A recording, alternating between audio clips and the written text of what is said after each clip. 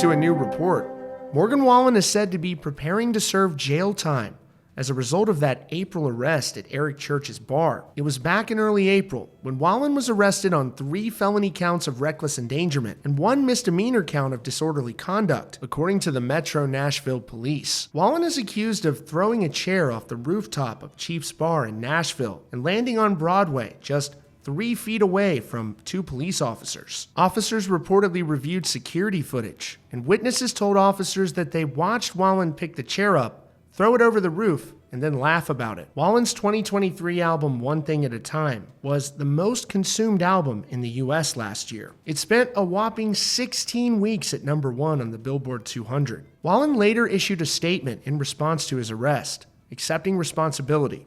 He wrote, "I didn't feel right publicly checking in until I made amends with some folks. I've touched base with Nashville law enforcement, my family, and the good people at Chiefs.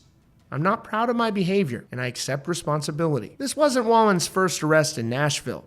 On May 23, 2020, Nashville police placed Wallen under arrest on charges of public intoxication and disorderly conduct, reportedly after he was kicked out of Kid Rock's big-ass honky-tonk rock and roll steakhouse. They said Wallen was kicked out of the bar around 11 p.m. for kicking glass items and got into a verbal argument with the passerby. The charges were later cleared off his record. Back in February, Wallen announced that he would be opening a 6-story bar along Lower Broadway. And just weeks later, on April 7th, Wallen would be arrested on those charges of throwing the chair off the rooftop bar. Those charges would ultimately lead to problems for Morgan Wallen's new Nashville bar, as they rejected the request of an aerial sign above the bar, citing issues with Wallen's past behavior. A resolution introduced at the Nashville Council meeting back in May would have authorized the bar's ownership group to hang a sign outside of the establishment. But surprisingly, the resolution failed, with 3 council members voting yes and a whopping 30 voting no, with 4 abstaining. Councilmember Delisha Porterfield slammed Wallen, revealing she was voting no. She said, "I will be voting no against this," saying that we wanted to make sure that Nashville was a supportive place for everyone. "So, I don't want to see a billboard up with the name of a person who's throwing chairs off of balconies and who is saying racial slurs and using the N-word." Another council member, Jordan Huffman, said that Wallen gives all East Tennesseans a bad name.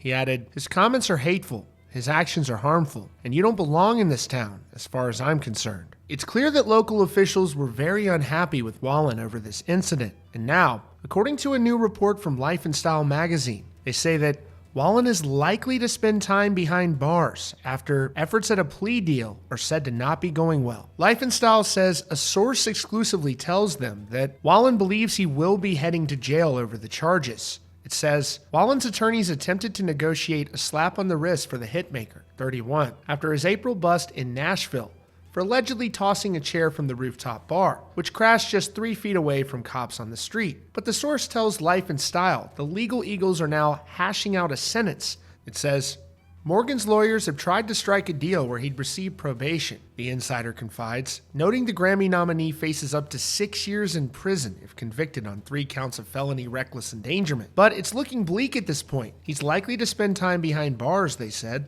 The source continued, Morgan is being told the best scenario is a 30 to 60 day sentence. Continuing, I don't think the prosecutors want him to skate away with no time because people will think it's because of his celebrity status. Adding, if Morgan has a felony conviction, it's going to make it hard for him to get work visas or to tour internationally. Wallen is now scheduled to appear in court on December 12th. That's your latest update from CountryCast. Be sure to subscribe with notifications on for the latest news and updates.